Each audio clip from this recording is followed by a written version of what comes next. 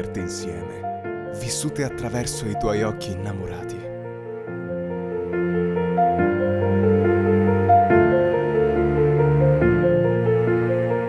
Ricorda le romantiche passeggiate, senza meta, senza via, spesso interrotte da baci fugaci.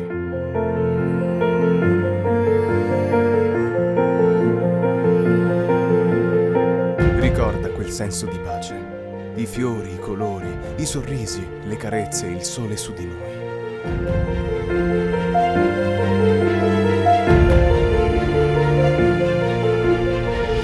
Ricorda che l'amore è un luogo dove è incisa nella roccia la nostra fiaba, insieme alla storia che gli appartiene.